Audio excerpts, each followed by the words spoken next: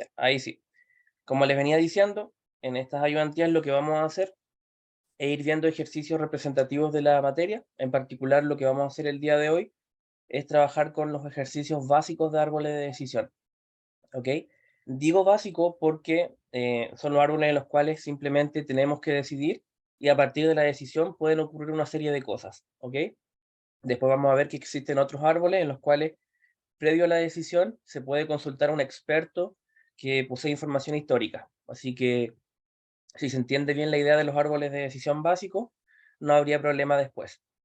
Ese es el primer objetivo entonces. También lo que vamos a ir viendo es el paso a paso de los ejercicios, el cómo leer el enunciado, cómo formular la decisión y bueno, ahí vamos a ir viendo. Y obviamente ir resolviendo las dudas que ustedes vayan teniendo. No tengo problema que en cualquier momento de la sesión abran su micrófono para consultar, ¿ok? Porque para eso son estas sesiones, para que queden claros los ejercicios, ¿ok? El primer ejercicio es el que está en pantalla. ¿Qué nos dice? Vamos a proceder a leer. Nos dice que el director de un restaurante de comida lenta está estudiando la posibilidad de ampliar su negocio. ¿Ok? Nos dice que está estudiando la posibilidad de ampliar su negocio, para lo cual está analizando tres mejoras posibles. ¿Ok?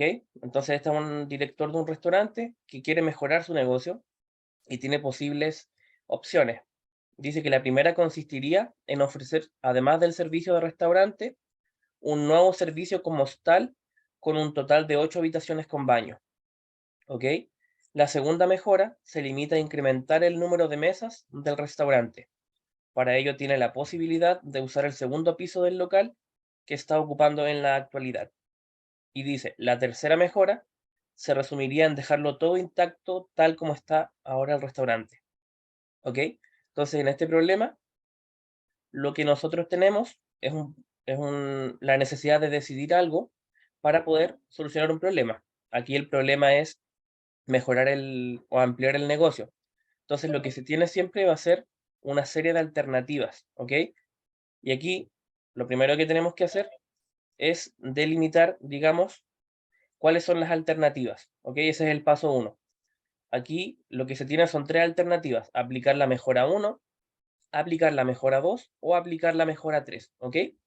Sin embargo, tenemos una información importante que está asociada con lo que puede pasar si se implementan cada una de estas mejoras. Aquí nos dicen eh, que, por ejemplo, si se aplica la mejora uno, puede haber una demanda alta o puede haber una demanda media. Lo mismo para cualquiera de las dos mejoras, ¿ok?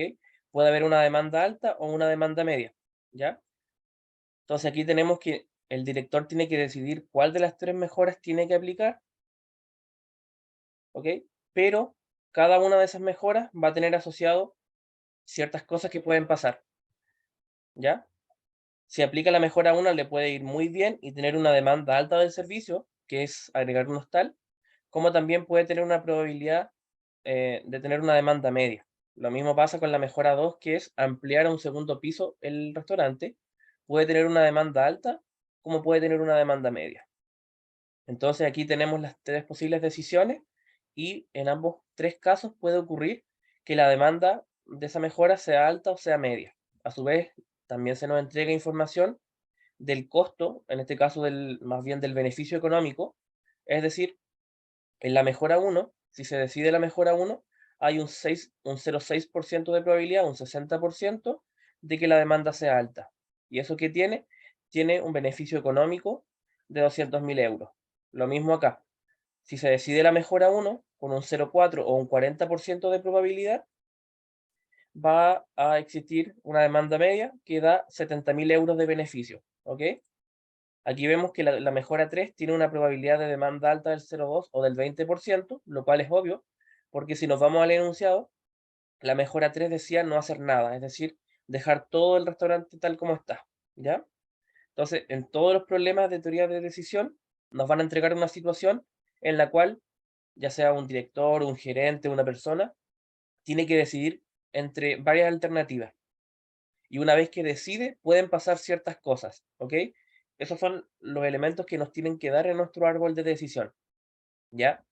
Entonces, como les decía, el primer paso simplemente es enumerar las alternativas de decisión, ¿ya?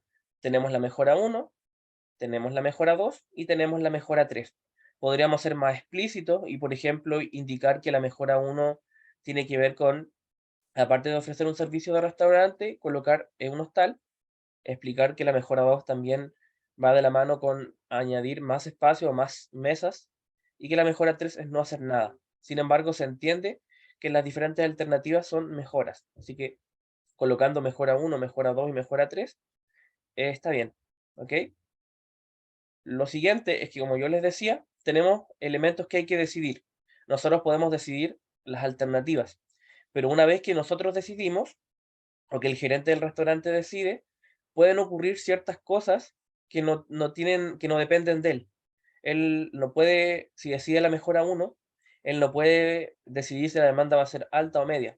Y eso, en teoría de decisiones, se le llama estado de la naturaleza. Es decir, todas las cosas que pasan una vez que se decide algo, ¿ya? Uno puede saber qué cosas podrían pasar, pero no puede asegurar cuál de todas esas cosas van a pasar. Es decir, en cualquiera de las tres mejoras, si se decide, nosotros sabemos que la demanda podría ser alta o que la demanda podría ser media. Lo que no sabemos es específicamente si va a ser demanda alta o demanda media, ¿ya?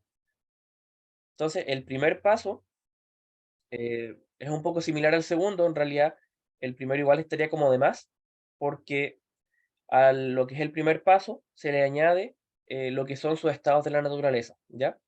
Lo que importa acá es que las alternativas las decide la persona y los estados de la naturaleza ocurren cuando la persona ya decidió y dependen propiamente del azar o de las circunstancias, ¿ya? Luego tenemos que empezar a construir nuestro árbol, ¿ok? Aquí tenemos dos tipos de nodos, ¿ok? Tenemos los nodos cuadrados y los nodos circulares. Los nodos cuadrados siempre están ligados a una decisión, ¿ok? Como lo primero que tiene que hacer el gerente es decidir si va a aplicar la mejora 1 a su restaurante, la mejora 2 o la mejora 3, colocamos un nodo cuadrado, ¿ya? El nodo cuadrado denota decisión y colocamos una rama para cada decisión. Es decir, de la decisión puede ocurrir que decide la mejora 1, puede ocurrir que decide la mejora 2 o puede ocurrir que decide la mejora 3, ¿ya? Y como vimos en la tabla anterior, una vez que se decide, ocurren ciertas cosas propias del azar, de las circunstancias, y por eso colocamos un nodo circular, porque es una probabilidad o un estado de la naturaleza. Entonces, una vez que decidimos, colocamos un nodo circular, ¿y qué puede pasar? Que la demanda de esta mejora sea alta o que la demanda de esta mejora sea media, ¿ya? Lo mismo para la mejora 2 y para la mejora 3. Colocamos con un nodo de probabilidad, un nodo de azar, qué es lo que puede pasar. En cualquiera de las tres mejoras, la demanda puede ser alta o puede ser media, ¿ok? Aún en este paso nos falta información para poder completar el árbol. ¿Por qué? Porque además tenemos asociada la probabilidad. Es decir, el enunciado nos decía que hay un 60% de probabilidad de que en la mejora 1 la demanda sea alta, de que hay un 40% de probabilidad de que la demanda sea media. Lo mismo para la mejora 2, hay un 40% de probabilidad de que sea demanda alta y un 60% de que sea media. Y lo mismo para la mejora 3, un 20 y un 80. Entonces, eso lo tenemos que agregar a nuestro árbol, ¿ok? La demanda alta, si se decidió mejora 1, es un 0,6, lo mismo con el 0,4 y así sucesivamente. A cada uno de los estados de la naturaleza le asociamos su probabilidad, ¿ok? Tenemos entonces una decisión, de la decisión ocurren ciertas cosas, las cuales están asociadas a una probabilidad, porque ya no dependen de la decisión como tal, no dependen de una decisión, sino que dependen del azar. Eso viene después de la decisión, ¿ok? Así que siempre que haya un nodo circular va a haber una probabilidad, porque lo que está ocurriendo es que nosotros ya no podemos intervenir en lo que va a pasar, ¿ok? Aún así, aún nos falta un elemento asociado con la parte económica, ¿ok? Porque si ocurre una demanda alta, ocurre una demanda media, en cada uno de los tres casos va a existir un beneficio económico. Y eso también lo entrega nuestro enunciado. En la mejora 1, la demanda alta produce 200.000 euros, en la demanda media 70.000 euros, y lo mismo para la mejora 2 y 3, 180.000, 160.000 y así sucesivamente. Entonces, en el árbol también tenemos que dibujar cuál es nuestro beneficio económico, ¿ya? Aquí nuestro beneficio económico de la demanda alta, dado que se decidió, digamos, la mejora 1, es de 200.000. Y lo mismo para todos estos otros valores. Todo esto en realidad lo sacamos directamente del enunciado, ¿ya? Y una vez que nosotros tenemos toda esta información, es decir, las decisiones, el estado de la naturaleza, la probabilidad asociada y el beneficio económico de cada rama, entonces nosotros podemos hacer el cálculo del beneficio económico para cada decisión. Si son 3 decisiones, cada decisión va a tener un beneficio económico, ¿ya? Eso es importante destacar. Si son 4 decisiones, obvio van a haber 4 beneficios económicos, ¿ya? Entonces, ¿cómo podemos hacer el beneficio económico? Acá, por ejemplo, tenemos para la mejora 1, puede ocurrir que sea una demanda alta o puede ocurrir que sea una demanda media, con 0,6 y 0,4 de probabilidad y con 200.000 y 70.000. Entonces, nosotros lo que hacemos es, por así decirlo, seleccionar solamente la rama de la mejora 1 y multiplicamos el 0,6 por el 200.000 y lo sumamos con el 0,4 por el 70.000. Es decir, de cada decisión ponderamos el beneficio económico de cada estado de la naturaleza por su probabilidad. Y así con todos los estados de la naturaleza. Como son dos estados de la naturaleza, ponderamos la probabilidad de la demanda alta con el beneficio económico de la demanda alta y lo sumamos con la probabilidad de la demanda media multiplicado por el beneficio económico de la demanda media. Sería 0,6 por 200.000 más 0,4 por 70.000. ¿Ya? Si hacemos eso en calculadora nos va a dar 148.000 euros. ¿Ya? Y eso viene asociado con el estado de la naturaleza. Por tanto, esos 148.000 euros nosotros los dibujamos arriba del nodo de probabilidad. Justo aquí arriba, 148.000. ¿Ya? Ahora hacemos lo mismo para la mejora 2. La mejora 2 también tiene dos opciones, que la demanda sea alta o que la demanda sea media. Que la demanda sea alta 0,4, lo multiplicamos por sus 180.000 y lo sumamos con los 0,6 de la demanda media multiplicado por sus 160.000, como está acá. 180.000 por 0,4 más el 160.000 por el 0,6 y eso nos da 168.000 euros, ¿ok? Y lo colocamos también arriba del nodo de decisión, o perdón, del nodo de probabilidad, ¿ya? Y lo mismo ocurre con la mejora 3. El 0,2 de la demanda alta lo multiplicamos por el beneficio económico y lo sumamos con el 0,8 de la demanda media multiplicado por el beneficio económico de la demanda media. Eso nos da 142.000 euros. Y también lo colocamos encima del nodo de probabilidad. Entonces, ahora nos tenemos que hacer la pregunta. ¿Los beneficios económicos tienen que maximizarse o tienen que minimizarse? Ahí nosotros sabemos que el beneficio económico tiene que ser positivo. Por tanto, elegimos de los tres el mayor. ¿Cuál es el mayor entre 148.000, entre 168.000 y entre 142.000? El mayor es 168.000, es decir, el que viene de la mejora 2. Entonces ahora lo que hacemos es colocar el 168.000 arriba del nodo de decisión, ¿ya?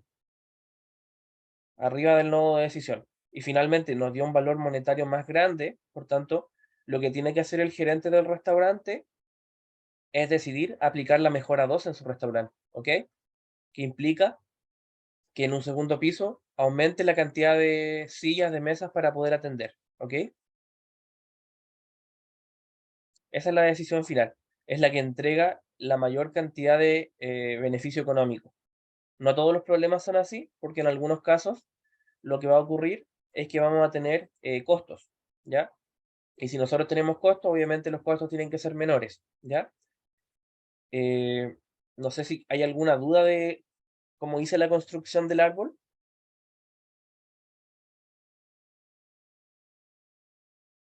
en alguna de las etapas.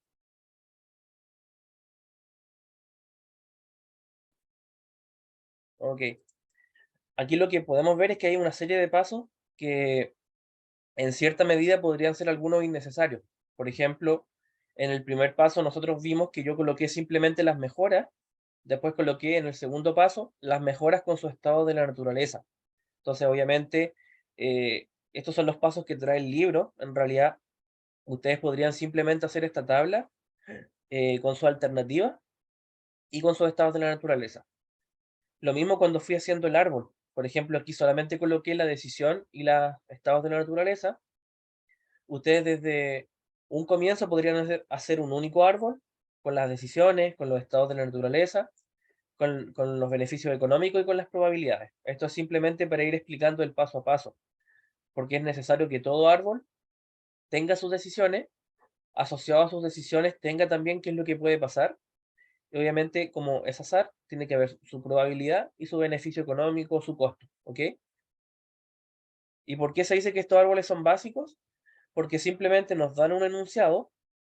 A partir del enunciado tenemos que ver cuáles son las decisiones y qué es lo que ocurre tras las decisiones, ¿ya? Y generalmente estos enunciados nos dan explícitamente lo que es la probabilidad o lo que es el beneficio económico, ¿ya?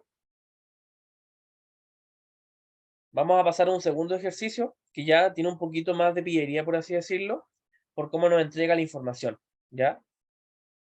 Dice que una empresa compra materia prima a dos proveedores, A y B, cuya calidad se muestra en la tabla siguiente, ¿ya?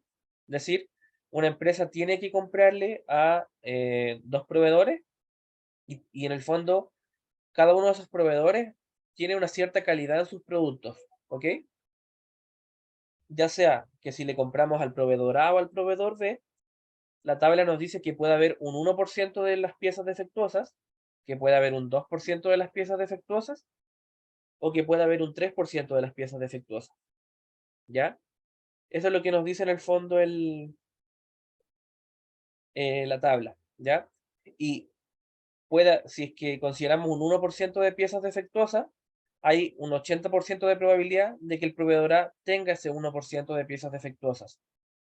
Respecto del 2% de piezas defectuosas, hay un 10% de probabilidad de que el proveedor A traiga estas piezas defectuosas y hay un 10% de probabilidad de que respecto del proveedor A haya un 3% de piezas defectuosas, ¿ya?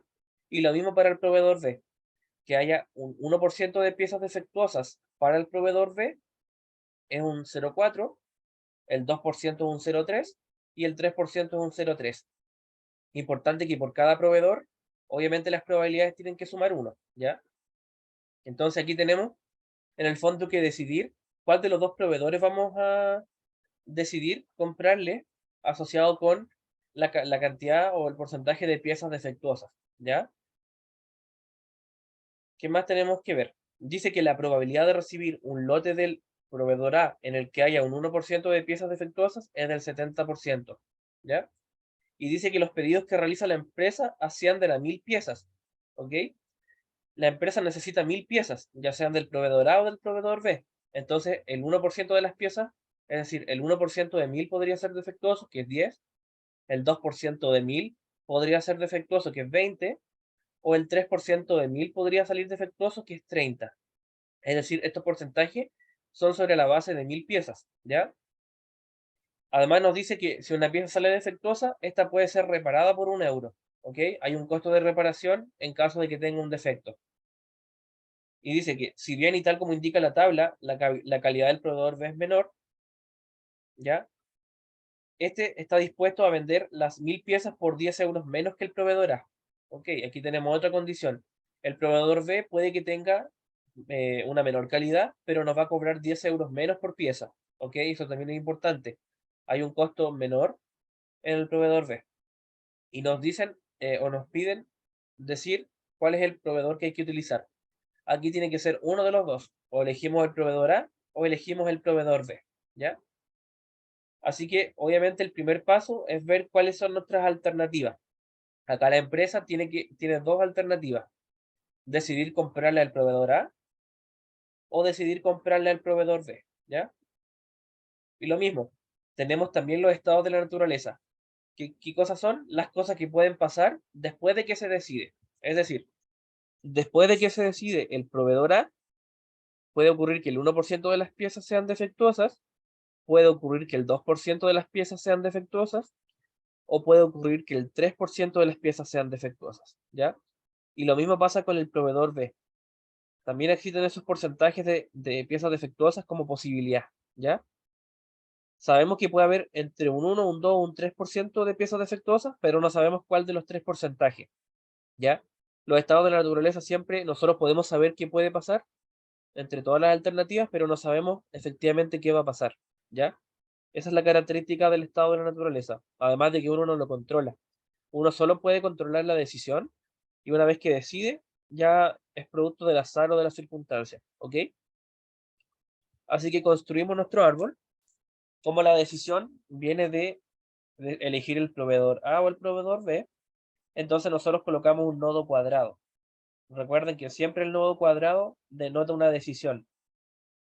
Y una vez que se decide, para el proveedor A pueden ocurrir tres cosas, como son producto del azar, nosotros colocamos un nodo circular.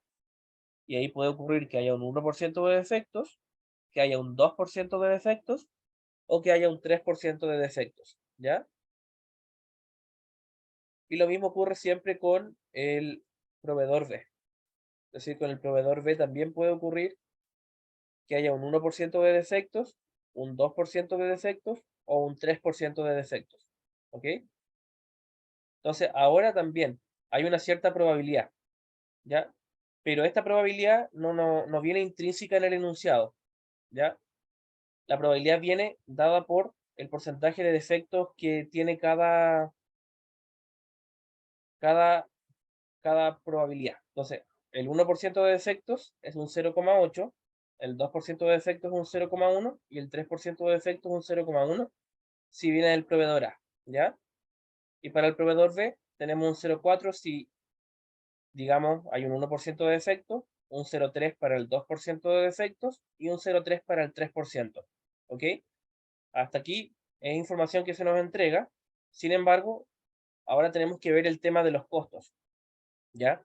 Lo que no nos entrega en el enunciado son los costos.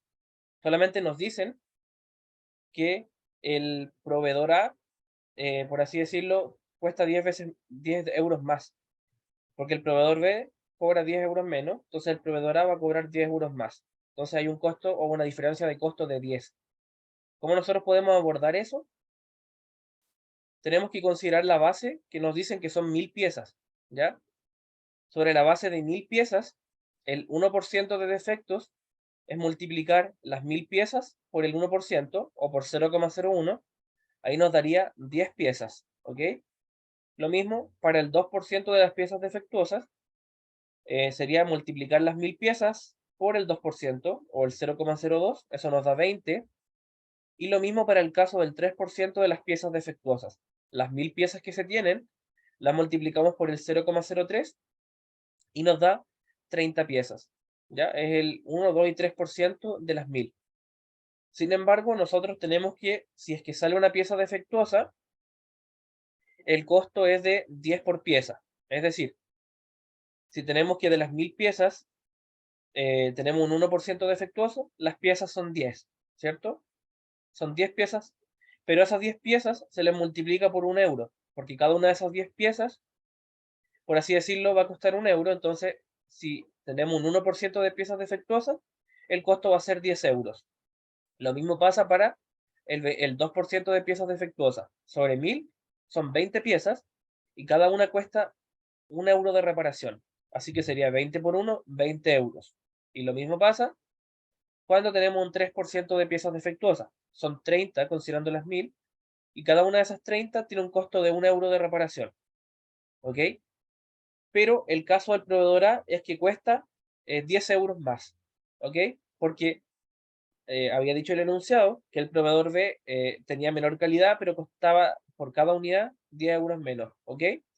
Por tanto, a estos costos, en este caso tenemos un costo de 10 euros para el 1% de las piezas defectuosas, 20 euros para el 2% de las piezas defectuosas y 30 euros. Para el caso del proveedor A, simplemente son 10 euros más. Es decir, si el costo es de 10 para el 1% de las defectuosas, va a ser para el proveedor B. Va a ser de 20 para el proveedor B en el caso del 2% de defectos y 30 en el caso del 3% de defectos. Sin embargo, como el proveedor A tiene un costo de 10 euros más, le colocamos, si aquí el 1% de defectos era 10, aquí va a ser 20. Si aquí el 2% de defectos costaba 20, aquí va a costar 30. Y lo mismo con el caso de este 30 que responde al 3% de defectos. Aquí va a valer 40, ¿ya? Eso porque lo que nos dice el enunciado es que hay un costo mayor, 10 euros más, cuando los insumos vienen del proveedor A, ¿ya? Entonces ahora tuvimos que hacer unos cálculos para poder llegar al costo, ya en este caso el costo no lo daba implícito el enunciado. Nosotros teníamos que calcular el costo a partir de la información de cuánto cuesta reparar cada pieza defectuosa y de esta aseveración que dice que el proveedor A tiene un costo 10 euros mayor, ¿ya? Sin embargo, ahora que tenemos el árbol, procedemos de la misma manera.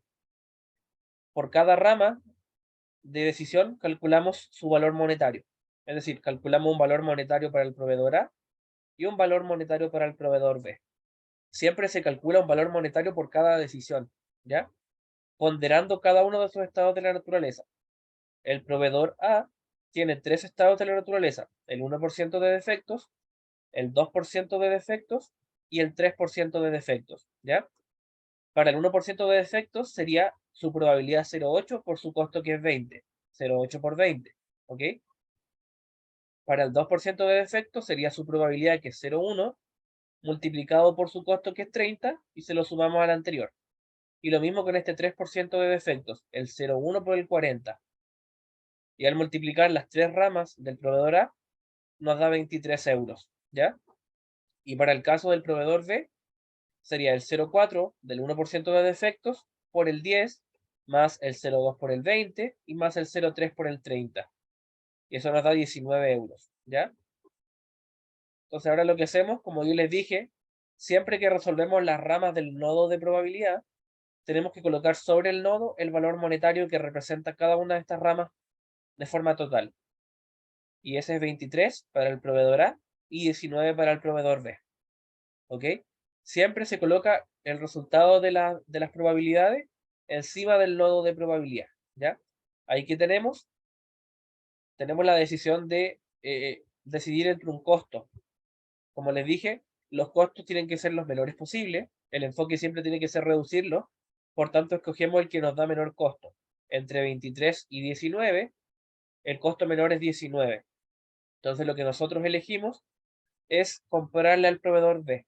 Y lo mismo, tenemos que colocar el 19 encima de nuestro proveedor, encima de la decisión de elegir el proveedor. Es decir, encima del nodo de decisión. ¿Ok?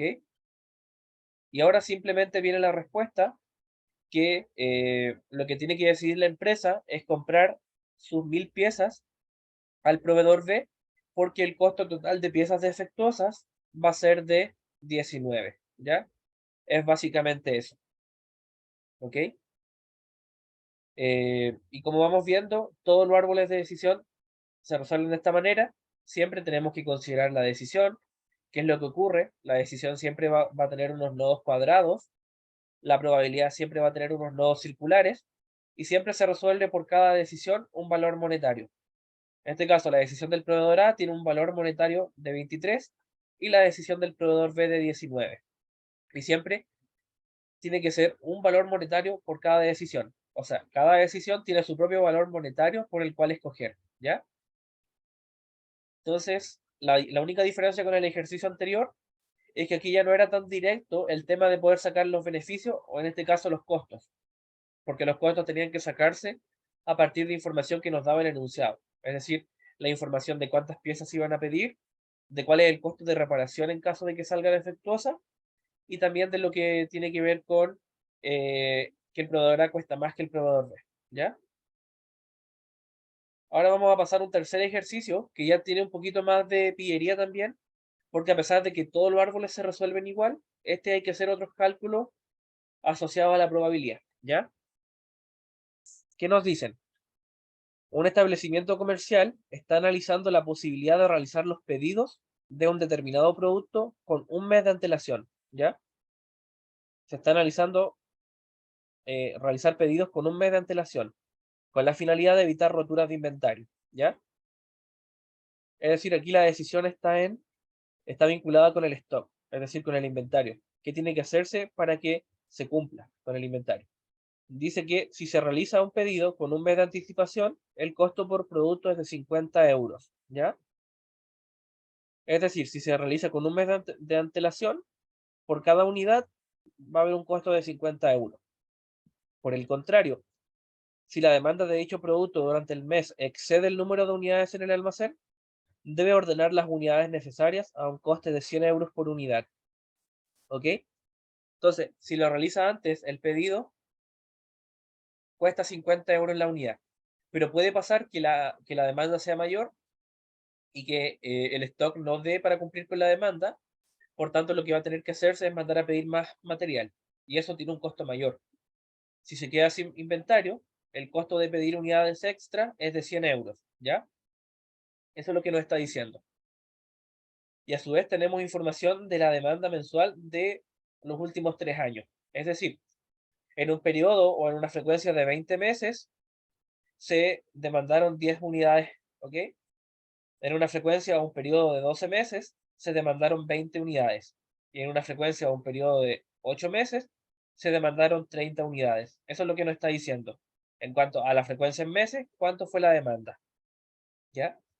Así que tenemos información de la demanda respecto de la frecuencia en la que se hizo esa demanda o en la que se estimó esa demanda. Y tenemos costos asociados con pedir un pedido, valga la redundancia, un stock antes de la venta o cuando el cliente lo requiere y no queda stock. Y ahí hay un costo mayor asociado con mandar a pedir unidades extra. ¿Ok? Entonces, tenemos que decidir. eh, Aquí es un poco más complejo ver qué es lo que tendríamos que decidir y tenemos que decidir cuántas unidades comprar, pero tenemos específicamente tres números, es decir, decidir comprar 10 unidades, decidir comprar 20 unidades o decidir comprar 30 unidades. ¿Por qué? Porque el enunciado nos dice que hay una demanda previa de 10, de 20 y de 30. Hay una demanda histórica. Eso se le denomina demanda histórica. Entonces, la decisión es ir cumpliendo con la demanda histórica, es decir, decidir comprar una demanda de 10 unidades o decidir comprar 20 o decidir comprar 30. ¿Ya? Esa es la decisión. ¿Ok?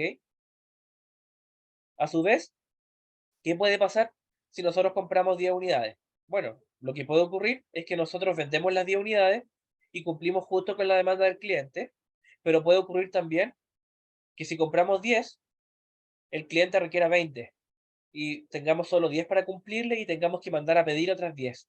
¿Y qué es lo que puede pasar? Puede pasar que compremos 10 y el cliente quiera 30. Por tanto, vamos a tener que mandar a pedir 20 extra. ¿Ya? Eso es lo que puede pasar. Es decir, si compramos una cierta cantidad, puede pasar que compremos lo justo para poder cumplir con la demanda. Puede que compremos más o puede que compremos menos. ¿Ya? Obviamente, si compramos más, perdón, si compramos menos de lo que se va a vender, vamos a tener que mandar a pedir más inventario y eso va a tener un costo mayor. ¿Ya? Por ejemplo, si compramos 30 y vendemos las 30, vamos a estar cumpliendo justo. Pero, por ejemplo, si compramos 30 y vendemos 20, nos van a quedar 10 en stock. Por ejemplo, si compramos 20 y vendemos 30, vamos a necesitar 10 de stock. Y esas 10 de stock van a tener un costo mayor que lo que habría costado si se mandó a pedir con antelación. Entonces, aquí estamos viendo las alternativas. Es comprar 10, 20 o 30 unidades y el estado de la naturaleza es, en el fondo, lo que puede pasar. ¿Ya? Que se venda todo, que se necesite más o que sobre, ¿ya? Nuevamente dibujamos nuestra decisión. La decisión es un nodo cuadrado, de ella se desprende comprar 10 unidades, se desprende comprar 20 unidades o se desprende comprar 30 unidades, ¿ya? Y ocurre exactamente lo mismo que recién dijimos. Con un nodo de probabilidad puede ocurrir que se vendan las 10, puede ocurrir que se vendan 20 o puede ocurrir que se vendan 30, ¿ya? Y lo mismo para comprar 20 o para comprar 30. Pueden ocurrir tres cosas, que se vendan 10, que se vendan 20 o que se vendan 30, ¿ya? Ahora, ¿qué tenemos que calcular? tenemos que calcular la probabilidad, ¿ya? Veamos nuestro enunciado si en algún punto nos dan la probabilidad, ¿ya? Si volvemos a leer, lo único que nos dan es la demanda histórica respecto de la frecuencia de meses en la que ocurrió esa demanda. Y nos dan costos de pedir con anticipación y costo de pedir inventario extra. Es decir, no nos dan la demanda. Entonces, ¿qué podemos hacer? O sea, no nos dan la probabilidad. Entonces, ¿qué podemos hacer? Bueno, esta demanda fue realizada respecto de 10 unidades en 20 meses, respecto de 20 unidades en 12 meses y respecto de 30 unidades en 8 meses. ¿Qué pasa si nosotros sumamos estos tres valores? Es decir, sumamos 20 meses con 12 meses y con 8 meses. 20 más 12 más 8 nos da 40 meses, ¿ok? Es decir, esta demanda fue prevista o predicha en un periodo de 40 meses, ¿ya? Porque 20 más 12 más 8 nos da 40. Entonces ahora lo que tenemos que hacer es calcular sobre la base de esos 40 meses la probabilidad para cada una de esas ventas. Es decir, dividimos el 20 de la primera frecuencia entre 40, dividimos el 2 entre 40 y dividimos el 8 entre 40. Es decir, para la demanda de 10 unidades, su probabilidad va a ser 20 dividido 40. Para la demanda de 20 unidades, su probabilidad va a ser 12 dividido 40. Y para la demanda de 30 unidades, su probabilidad va a ser 8 dividido 40. Es decir, para cada una de las demandas, su probabilidad es la frecuencia de esa demanda dividido el total de meses, ¿ya? 20 dividido 40 es un 0,5, 12 dividido 40 es un 0,3 y 8 dividido 40 es un 0,2, ¿ya? Entonces ahora tenemos un 0,5, un 0,3 y un 0,2 eh, para cualquiera de los tres casos, ¿ya? Tenemos las probabilidades que están asociadas con, con cada una de estas posibles estados de la naturaleza. Ahora también tenemos que calcular el costo, ¿ya? Y aquí tenemos que el costo va variando según cada rama. ¿Por qué? Porque si compramos 10 y vendemos 10, el costo simplemente viene asociado con el, si se cumplió o no con la demanda. Es decir, si compramos para 10 y vendemos 10, no va a haber un costo asociado con inventario extra. En tal caso, el costo es de 50 por unidad. ¿Ya? El enunciado nos dice eso, que si se pide con antelación, el costo es de 50 por unidad. ¿Eso qué quiere decir? Que si se venden 10, 10 por 50 nos da 500, ¿ya? Luego, si vendemos 20 habiendo comprado 10, ¿eso qué quiere decir? Que nosotros predijimos 10 y las 10 se compran un precio normal de 50, pero las otras 10 se compran un precio de 100, ¿ya? ¿Por qué? Porque solamente 10 se pudieron comprar antes de la venta y las otras 10 se tienen que mandar a pedir extra. Y el enunciado nos dice que cuando se mandan a pedir extra, el costo asciende al doble, es decir, asciende a 100, ¿ya? Entonces, 10 por 50 nos da 500 y 10 por 10 nos da 1000. 1000 más 500 nos da 1500. Por eso aquí hay un costo de 1500, ¿ya? ¿Qué pasa ahora si nosotros compramos 10 y vendemos 30? Eso quiere decir que 10 se pudieron predecir y tienen un costo de 50 y las otras 20 se tienen que mandar a pedir, por tanto el costo va a ser de 100. Así que 10 por 50 nos da 500 y 10 por 100 nos da 2000. 500 más 2000 nos da 2500, ¿ya? Aquí lo que vamos viendo es que en cada una de estas ramas el costo varía dependiendo de si se cumple o no con la demanda, porque las unidades que no se cumplen, digamos, que se tienen que mandar a pedir extra, tienen un costo mayor, ¿ya? Tienen un costo de 100, lo cual lo podemos visualizar acá, ¿ya? Si, por ejemplo, compramos 30 unidades y vendemos 10, las 30 unidades se compran a un precio normal. ¿Por qué? Porque a pesar de que sobraron 20 en stock, el enunciado no nos habla de un costo de inventariar. Por tanto, solamente va a haber un costo mayor cuando no se cumple con la demanda. Lo mismo pasa, por ejemplo, cuando se compran 30 unidades y se venden 20. Las 30 unidades fueron compradas a un precio normal, ¿ya? Solo cuando se compra menos de lo que se vende hay un costo extra, ¿ya? Por ejemplo, si compramos 10 unidades y vendemos 10, lo que les decía, las 10 unidades fueron compradas con anticipación, por tanto cuestan 50, esos 500 euros. Pero si compramos 10 unidades y vendemos 20, 10 son compradas con anterioridad, por tanto cuestan 50, pero las otras 10 cuestan 100 porque se mandaron a pedir, ¿ya? Lo mismo cuando se compran 10 y se venden 30. 10 son compradas con anterioridad, por tanto cuestan 50, y las otras 20 van a costar 100 porque se mandaron a pedir especialmente, ¿ya?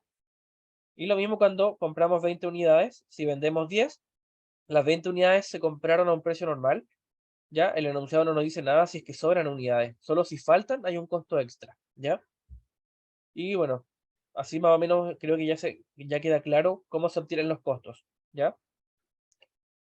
Los costos se obtienen a partir de ver cuántas se mandan a pedir previamente y de cuántas se mandan a pedir extra, ¿ya? Entonces aquí tenemos los costos. Cuando compramos 10 y vendemos 10, el costo es de 500. Cuando compramos 10 y vendemos 20 es de 1500. Y cuando vendemos 30 es de 2500. Y así para todas las probabilidades tenemos asociado un costo, ¿ya? Y si nos vamos dando cuenta, todos los costos varían, porque en cada caso es distinto el versus de lo que se pidió versus lo que se terminó vendiendo, ¿ya? Esa es la gran diferencia que tiene el problema. Aparte de que nosotros tenemos que calcular la probabilidad sobre una tabla, también tenemos que calcular el costo considerando la información que nos da el enunciado, ¿ya? Sin embargo, una vez que nosotros tenemos nuestro árbol, el árbol se resuelve de la misma manera. Tenemos 3 decisiones, por tanto van a haber 3 valores monetarios. Va a haber un costo asociado con comprar 10, va a haber un costo asociado con comprar 20 y va a haber un costo asociado con comprar 30, ¿ya? Es igual el 0,5 por el 500 más el 0,3 por el 1500 más el 0,2 por el 2500, ¿ya? Lo mismo para el comprar 20 o el comprar 30. Por cada decisión, multiplicamos cada rama por el costo o el beneficio de cada rama por su probabilidad y así con todas las ramas de la decisión para obtener un valor que responda a cada decisión, ¿ya? Justamente es lo que tenemos acá, ¿ya? El comprar 10 unidades tiene un costo total de 1200. El comprar 20 unidades tiene un costo total de 1200. Y el comprar 30 unidades también tiene un costo total de 1500. Y nuevamente tenemos que decidir, es un enfoque de costos, por tanto, elegimos el menor.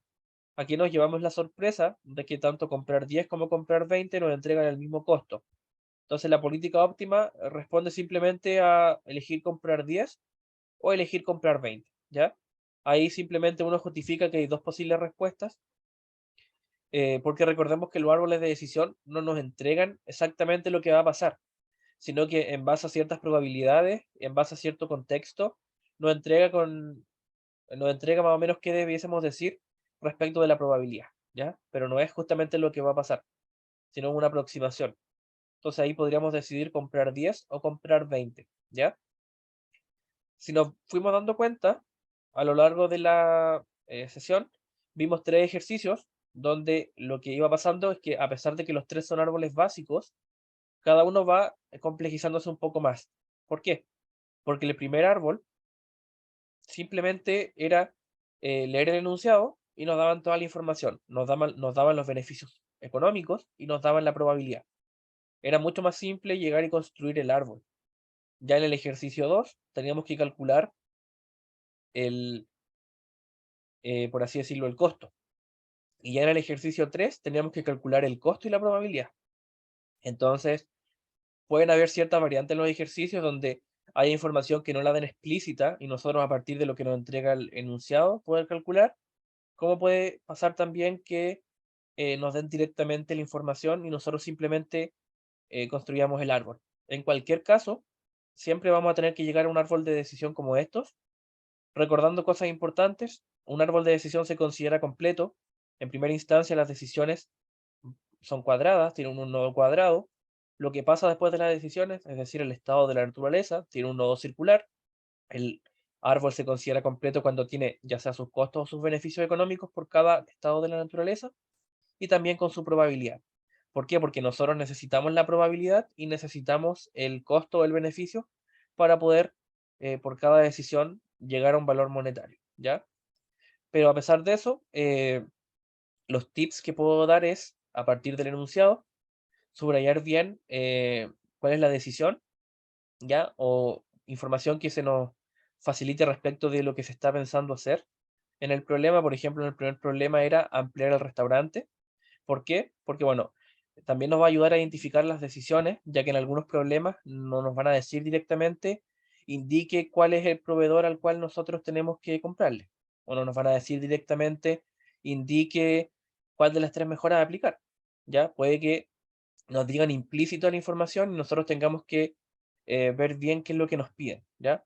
Por ejemplo, en el problema número 3 no nos decía directamente diga cuánto hay que comprar, sino que sugiere la política de pedidos. Entonces uno tenía que ver cuáles eran los valores que hay que comprar, lo cual nos entregaba la tabla de demanda, ¿ya? Entonces cada ejercicio va teniendo ciertas variaciones, pero lo importante es llegar al árbol de decisión, ¿ya? Lo mismo de los pasos. Yo aquí expliqué paso a paso, pero hay pasos que se pueden omitir, ¿ya? Por ejemplo, el paso 1 en realidad podría asociarse directamente con el paso 2, ¿ya? Porque cada decisión o cada alternativa está vinculada a un estado de la naturaleza. Entonces podría hacerse simplemente esta tabla, que es relevante, es sumamente importante definirla y empezar a dibujar el árbol. Aquí yo fui haciendo el árbol paso a paso. Aquí primero coloqué la decisión y los estados de la naturaleza, después fui colocando las probabilidades y después fui colocando los costos. En realidad podrían hacerlo todo en un mismo árbol, pero esto era, digamos, más para explicar, ¿ya? Pero eso ha sido el día de hoy. No sé si queda alguna duda o alguna sugerencia.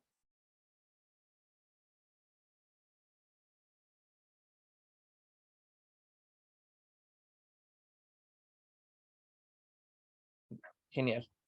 Sí, estas ayudantías van a ir siendo dependiendo de la necesidad que se tenga en el ramo de, digamos, de explicar algunos ejercicios, ¿ya? Em, Así que eso sería por el día de hoy. Igual cualquier duda me pueden escribir si es que tienen alguna duda con algún ejercicio, pero eso ha sido lo que tenía preparado para el día de hoy. Así que si no hay nada más que puedan sugerir o comentar, llegaríamos hasta aquí. Eso, que estén muy bien. Consulta, Nos Eric, vemos, ¿van a Eric. subir Chau. Chao, que estén bien. el PPT al grupo? Sí, no tengo problema. Ya, vale, genial. Vale, Gracias. ya, chao, chao. Chao.